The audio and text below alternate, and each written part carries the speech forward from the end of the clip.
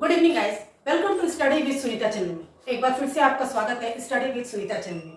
Guys, आज मैं आपको पढ़ाने जा रही हूँ अविकारी, ठीक है, जिसको हम अव्यय भी बोलते हैं। मैं विकारी आपको पूरा टॉपिक खत्म कर चुकी हूँ प्रैक्टिस सेट के सहित, ठीक है। आज से मैं आपको अविकारी पढ़ाने जा रही हूँ और अविकारी का भी हम जल्दी से जल्दी ये पूरा सेट खत्म करके आपको नए टॉपिक पे पढ़ाएंगे, ठीक है। तो चलिए स्टार्ट करते हैं। एक बार फिर से आप मेरे चैनल में आपका स्वागत है स्टडी विद सुनीता चैनल में। गाइस देखिए, सबसे पहले हमको ये समझना होगा कि अव्यय और अविकारी क्या है। तो अव्यय को और अविकारी दोनों ही एक ही है। जैसा कि आपको मैं जब ये आप शब्द विचार पढ़ाना शुरू की थी पहले ही मैं बता चुकी थी, ठीक है। अव्यय और अविकारी, ठीक है। विकारी में आपने पढ़ चुके हैं संज्ञा सर्वनाम क्रिया विशेषण 4 पढ़ चुके। अब हमको पढ़ना है किसमें, अव्यय। अविकारी में भी 4 होते हैं। कौन कौन से? क्रिया विशेषण, संबंध बोधक, समुच्चय बोधक, विस्मय आदि बोधक। अब देखिए, क्वेश्चन इस तरह से अगर अव्यय के बारे में पूछता है और तो आपको, और या फिर केवल अविकारी पूछता है तो आपको ये कंफ्यूज नहीं होना है। अब अव्यय की परिभाषा, अविकारी की परिभाषा एक ही होगी कि दोनों एक ही होता है, ठीक है ना। इसीलिए कभी कभी बुक्स में केवल अव्यय दे दिया रहता है, ठीक है। एग्जाम में केवल अव्यय दिया, बच्चे समझते हैं हम तो अविकारी पढ़े हैं, अविकारी समझते, अव्यय क्या, दोनों ही एक ही। अव्यय का भी मतलब अविकारी से, अविकारी से भी मतलब अव्यय से। परिभाषा यही है कि अविकारी, ठीक है, और अव्यय यानी उन शब्दों को कहते हैं जिसके लिंग वचन कारक, ठीक है, और पुल्लिंग में कोई परिवर्तन नहीं होता है, उसको हम अव्यय शब्द कहते हैं। परिभाषा भी देखिए आपकी वही लिखी गई है। अविकारी उन शब्दों को कहते हैं जिनमें लिंग वचन पुरुष आदि के कारण कोई भी परिवर्तन नहीं होना ही हम उसको अव्यय या अविकारी शब्द कहते हैं। अगर क्वेश्चन में ये पूछ दिया, अगर परिभाषा दे दिया और पूछ दिया ये अविकारी और विकारी और कुछ, मान लीजिए आपको अविकारी पता था, आप टिक कर देंगे, और अविकारी में जब अव्यय लिखा है तो आप कंफ्यूज मत होइएगा, उसका आंसर भी यही होगा, ठीक है। जैसे आपको एग्जाम्पल से समझाते हैं, उदाहरण से समझिए। देखिए, जैसे किस तरह का अविकारी शब्द होता है, बहुत, भारी, यहाँ वहां, आगे पीछे, और इस तरह के बहुत ढेर सारे शब्द होते हैं जो आपके क्या होते हैं, अविकारी शब्द, जिसमें किसी चीज ना, इसमें कोई लिंग का परिवर्तन, न वचन का, न कारक का, कोई इसमें परिवर्तन नहीं होता। जबकि विकारी शब्द में परिवर्तन होता है, जब आपने पढ़ा है। जैसे देखिए उदाहरण, मैं बहुत खाता हूं, ठीक है ना। तो ये क्या है, मैं आपका उत्तम पुरुष हुआ। जैसे उत्तम पुरुष, मध्यम पुरुष और पुरुष होता है ना, उसी तरह से मैं क्या हो गया, उत्तम पुरुष, खाता एक वचन और पुल्लिंग, ठीक है ना। ये आपको इसलिए मैंने बता दिया कि आप उत्तम पुरुष मध्यम पुरुष समझ सके, ठीक है। वचन में एक वचन, बहुवचन, ठीक है। अब इसके हम भेद पढ़ते हैं अविकारी शब्द के, यानी कि अव्यय, इसी को हम अविकारी के अभेद लिख सकते हैं या अव्यय के भेद। अव्यय के भेद कितने होते हैं? 4। क्रिया विशेषण, संबंध बोधक, समुच्चय बोधक, विस्मय आदि बोधक। हम लोग आज पढ़ेंगे क्रिया विशेषण। आज हम लोग पढ़ेंगे क्रिया विशेषण। क्रिया विशेषण किसे कहते हैं? आपको पता है, क्रिया आपको पता है, ठीक है, आपको क्रिया पता है कि क्या होता है, काम का करना होना, जिसमें क्या आपको क्रिया है। लेकिन यहाँ क्रिया विशेषण की बात है, यानी कि विशेषण, क्रिया की विशेषता बताने वाले शब्द को हम क्या कहते हैं, क्रिया विशेषण, ठीक है ना। वही आपकी परिभाषा भी है, क्रिया की विशेषता बताने वाले शब्दों को हम क्या कहते हैं, विशेषण कहते हैं। जैसे देखिए, यहाँ वहां, अब, अभी, ऐसे वैसे, बहुत, बड़ा, क्यों, ये जो शब्द हैं आपके सब क्रिया विशेषण शब्द हैं, ठीक है। जो आपके वाक्य में क्रिया की विशेषता बताएगा, जो शब्द आपके वाक्य में क्रिया की विशेषता बताएगा, वही क्रिया विशेषण होता है। उदाहरण से समझते हैं, राम बहुत खा रहा है। अब खा रहा जो है ये क्रिया हो गया, ठीक है, लेकिन वो बहुत खा रहा है तो क्या हो गया, इसकी खाने की ये विशेषता क्या बता रहा है, बहुत खा रहा है। तो यहाँ पे क्या, बहुत क्या हो गया आपका, क्रिया विशेषण हो गया।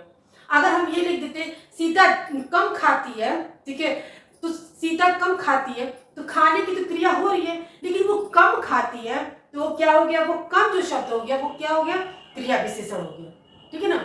यही आपके थे क्रिया विशेषण, मतलब बहुत आसान, आप समझ लीजिए, क्रिया की विशेषता बताने वाले को हम क्रिया विशेषण कहते हैं, ठीक है।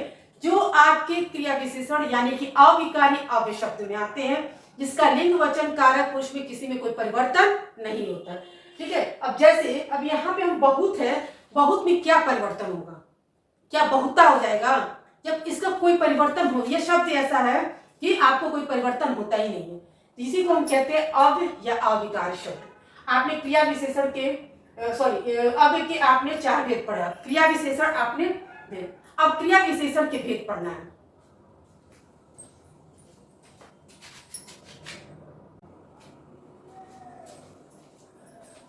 चलिए गाइस, अभी तक हम लोगों ने विकारी और अव्यय पढ़ा, ठीक है ना। उसके बाद हमने क्रिया विशेषण बताया आपको परिभाषा सहित, उस भेद में आपको क्रिया विशेषण, समुच्चय बोधक, संबंध बोधक और विस्मयादि बोधक, 4 भेद में मैंने आज आपको क्रिया विशेषण पढ़ा रही हूँ। क्रिया विशेषण की मैं परिभाषा बता चुकी, ठीक है, और उसको पूरे अच्छे तरीके से मैंने आपको परिभाषा समझा दिया। उसके आगे हम लोग पढ़ते हैं क्रिया विशेषण के भेद, ठीक है। तो क्रिया विशेषण के भी भेद 4 होते हैं, ठीक है। क्रिया विशेषण के भी भेद 4 होते हैं। कौन कौन से? स्थानवाचक क्रिया विशेषण, कालवाचक क्रिया विशेषण, रीतिवाचक क्रिया विशेषण और परिमाणवाचक क्रिया विशेषण। ये आपके 4 भेद होते हैं क्रिया विशेषण के, ठीक है ना। तो हम लोग चलिए पढ़ते हैं स्थानवाचक क्रिया विशेषण क्या होता है। तो स्थान से आपको तो खुद ही समझ में आ गया, स्थान का मतलब जगह, ठीक है ना। तो देखिए, जो सब क्रिया के स्थान की स्थिति, जो जगह की यानी कि स्थान की स्थिति, दिशा का बोध कराए उसे स्थानवाचक, मतलब जैसे किसी जगह का, कोई स्थान का अगर हम बोध कराएंगे तो कोई ना कोई दिशा तो होगी। अगर हमारा टेबल अगर मान लीजिए पूरब दिशा में रखा है, जैसे बोड़ी है, मान लीजिए ये बोर्ड चीज है, तो किसी दिशा में भी रखा है ना, ठीक है ना, उत्तर में रखा है, पूरब में रखा, किसी दिशा में लगा है, यानी कि जो भी स्थान होगा उसकी दिशा का तो होना ही होना है। या आपकी क्रिया जो है वो स्थान और दिशा का बोध कराता है, वही होता है आपका स्थानवाचक क्रिया विशेषण। देखिए, जैसे वही, बाहर, भीतर, इधर उधर, पास, दूर, दाएं बाएं, यहाँ वहाँ, ये जो शब्द होते हैं यही आपके क्या होते हैं? स्थानवाचक क्रिया विशेषण। जैसे उदाहरण समझते, वह यहाँ रहता है, ठीक है ना। अगर हम बोलते हैं वह यहाँ रहता है तो क्या बताते हैं? उसका स्थान बता रहे हैं कि वो यहाँ रहता है, ठीक है ना। तो इसका स्थान हम बताएंगे, इसीलिए मैंने आपको यहाँ लिख दिया, स्थान बता रहा है। सड़क के बाएं चलो, अगर हम किसी बच्चों से कहते हैं या खुद से किसी से भी कहते हैं सड़क के बाएं चलो, तो हम उसको ये निर्देश दे रहे हैं कि सड़क के बाएं चलो, दिशा का ज्ञान करा रहे हैं उसको, ठीक है, कि बाएं चलो दाएं मत चलो, ठीक है। तो ये होता है आपके क्या? दिशा का ज्ञान कराना। तुम यहाँ आओ, ठीक है, वहां जाओ, तो ये सब क्या मैं स्थान बता रही हूँ, तुम वहां जाओ, ठीक है। कल अपने घर चले जाना, तो एक स्थान बता रही हूँ, यानी कि इसमें स्थान का और दिशा का बोध करा है, ठीक है।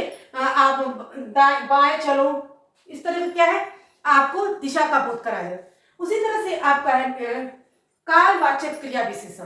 कालवाचक क्रिया विशेषण जो शब्द क्रिया के समय, ठीक है, अवधि, उसके बारंबारता का बोध कराए। समय यानी किस समय काम हुआ, वही अवधि किस टाइम से किस समय थे, बारंबारता कितने, बारंबारता बार बार होता है, कितने टाइम के लिए कैसे क्या हो, तो बारंबारता का जो करा है उसी को हम कहते हैं कालवाचक क्रिया विशेषण। कालवाचक का मतलब ही होता है समय, ठीक है ना। तो जो समय की अवधि कराएगा, चाहे वो समय पूरी बारंबारता की से, अवधि की तरह से, तो उसी को हम क्या कहेंगे? क्रिया विशेषण।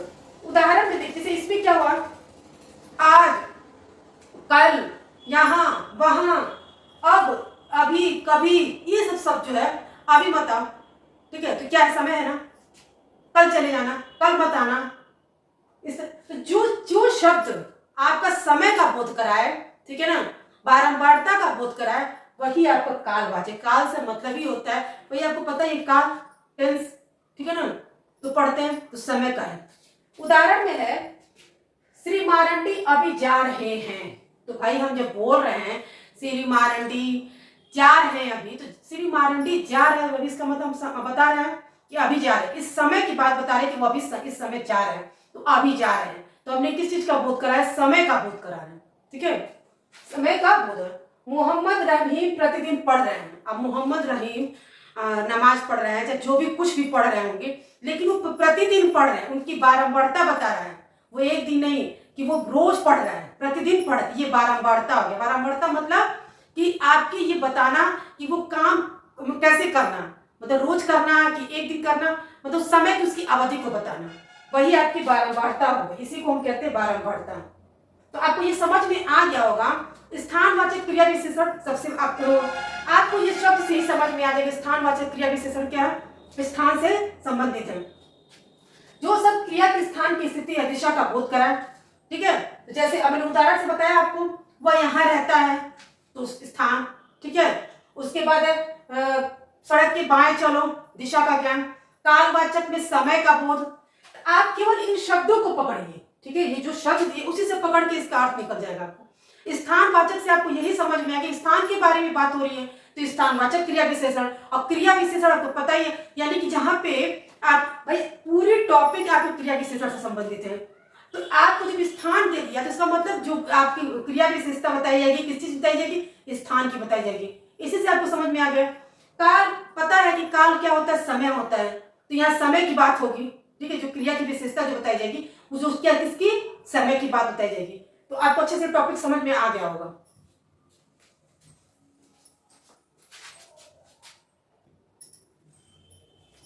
गाइस, आपने 2 पढ़ चुके, ठीक है ना। अब मैं आपको 2 और क्रिया विशेषण के भेद पढ़ाने जा रही हूँ, ठीक है ना। अभी तक आपने पढ़ा स्थानवाचक क्रिया विशेषण और कालवाचक क्रिया विशेषण।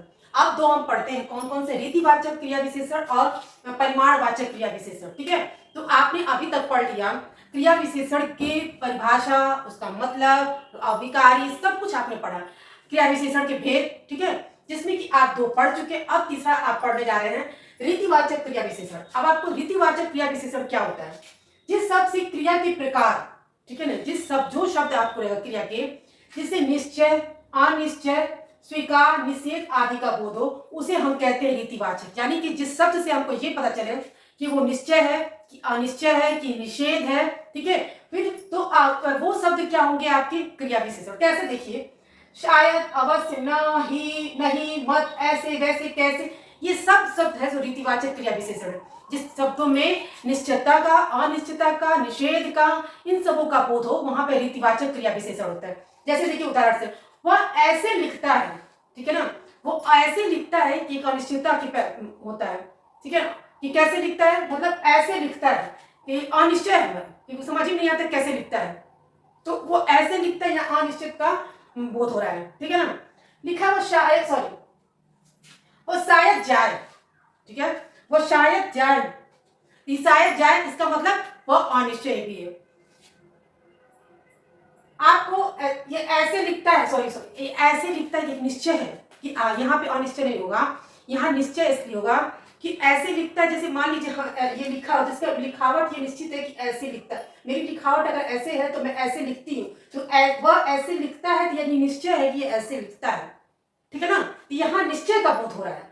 और वो शायद जाए तो अनिश्चय के मतलब पता नहीं वो जाएगा कि नहीं जाएगा।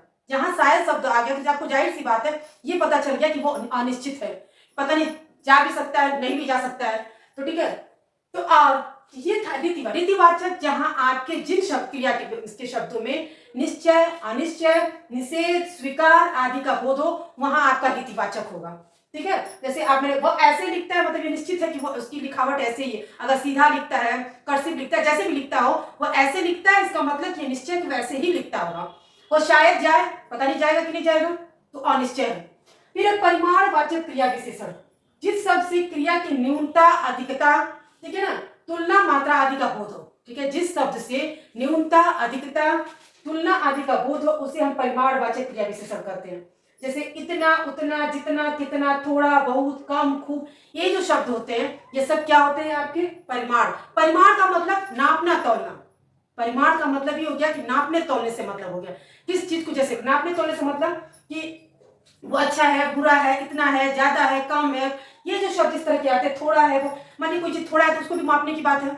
परिमाण से मतलब किसी चीज से तुलना है वो, तो या नापने से मतलब है जो, हाँ, इस तरह की शब्द आएगी कि न्यूनता, अधिकता, ठीक है, फिर है तुलना, मात्रा आदि, सब जहां शब्द आएंगे आप ये समझ जाइएगा परिमाणवाचक। परिमाण का मतलब ये होता है मापना, किसी भी, अब वो मापना जरूरी तराजू से तौल के मापना हुआ, या व्यक्तिगत रूप से मापना हुआ, या किसी शब्दों से मापना, या क्रिया की उससे मापना हुआ, फिर मतलब उसको मापना है। अब न्यूनतम है, तो आप अगर ये शब्द बोल रहे हैं कि थोड़ा चीज है, इसका मतलब आपको ये मापना ही तो हुआ कि आप अपने अंदाजा से ये लगा सकते हैं वो चीज थोड़ी है तो कितनी थोड़ी होगी, ठीक है। यही होता है आपका परिमाणवाचक क्रिया विशेषण। उदाहरण से समझते हैं, वो थोड़ा खाती है। जब आप बोलते हैं कि वो थोड़ा खाती, तो आपके दिमाग में तो ये होगा कि थोड़ा खाती, थोड़ा से क्या मतलब हुआ? न्यूनतम, यानी कम वो खाती है, ठीक है ना। तो ये हो गया आपका न्यूनतम। तो आप ये भाई जब खाती है तो ये तो पता है क्रिया है, इसकी जो विशेषता क्या बता रही है कि थोड़ा, कि थोड़ा जो विशेषता बता रही है वो आपके परिमाणवाचक क्रिया विशेषण में आ गया। और उस परिमाणवाचक क्रिया विशेषण में आपको क्या है? न्यूनतम मतलब कम खाना, न्यूनतम मतलब थोड़ा हो गया, तो न्यूनतम बता रही है, ठीक है। उसके बाद मैं बहुत पढ़ता हूँ, मैं बहुत पढ़ता हूँ, तो बहुत जो है ये क्या बता रहा है? अधिकतम, ठीक है ना। न्यूनतम अधिकतम कहाँ गया, ठीक है, ये अधिकता बता रहा है। बहुत पढ़ता हूँ, मैं दिन रात पढ़ता हूँ, तो ये अधिकता बता रहा है। फिर उसी तरह से मोहन कितना सोता है, ठीक है, वो कितना सोता है, तुलना कर रहा है भाई कितना सोता है। तो ये तुलना की बात आ गई यहाँ पे, कि क्या हो गया? ये सोने की तुलना, पता नहीं कितना सोता रहता है। तो देखिए, रीतिवाचक क्रिया विशेषण आपकी क्रिया का निश्चय अनिश्चय जहां शब्दों का बोध होता है वहां रीतिवाचक विशेषण होता है, ठीक है। कोई भी चीज निश्चित हो सकती है, कोई भी चीज अनिश्चित हो सकती, स्वीकार हो सकता है, निषेध हो सकता है, यहाँ पे आपका होगा रीतिवाचक क्रिया विशेषण। परिमाणवाचक में जहां नापने तोलने, वो चाहे किसी रूप से भी होगा, वहां परिमाणवाचक होगा। न्यूनतम, अधिकतम, अधिकता, ठीक है, तुलना, इस तरह मैंने आपको उदाहरण से भी समझा दिया, ठीक है। गाइस, मैंने आपको क्रिया विशेषण को परिभाषा उदाहरण सहित एक एक चीज मैंने बहुत अच्छे से समझा दिया है, और हमको लगता है आपको अच्छे से समझ में भी आ गया होगा। तो ठीक है, तो आप इस वीडियो को पूरा देखिए और पढ़िए, ठीक है। आपको इसमें से बहुत अच्छे से क्वेश्चन मिल भी जाएंगे और आप अपने से उसको समझ क्वेश्चन बना भी लेंगे, ठीक है। मिलते हैं नेक्स्ट वीडियो में।